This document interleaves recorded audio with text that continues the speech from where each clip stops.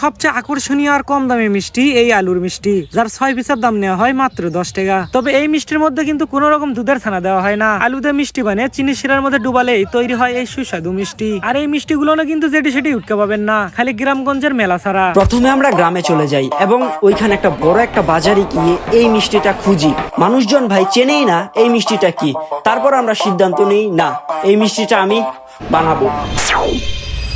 ألم نشرح لك صدرك ووضعنا عنك وزرك الذي أنقض ظهرك ورفعنا لك ذكرك فإن مع العسر يسرا إن مع العسر يسرا فإذا فرغت فانصب وإلى ربك فارغب। আপনারা এখন বলতেই পারেন ওই মিষ্টিটার কালার ছিল একরকম, এটার কালার কেন আরেক রকম হইল? এটার মূল কারণ হলো ওই মিষ্টিটা বেশ অনেকক্ষণ যাবৎ রেখে দেওয়া হয়েছিল, এই জন্য ওইটার কালার ওই রকম হয়ে গেছে। এটাও যদি অনেকক্ষণ রেখে দেই তারপরে এটার কালারও ওই রকম হয়ে যাবে।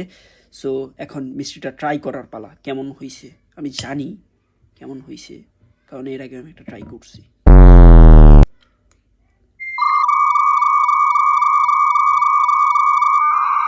আহামরি খারাপ না, ভালো হয়েছে। নতুন কিছু ট্রাই করতে চাইলে অবশ্যই এটা ট্রাই করতে পারেন। This is the end.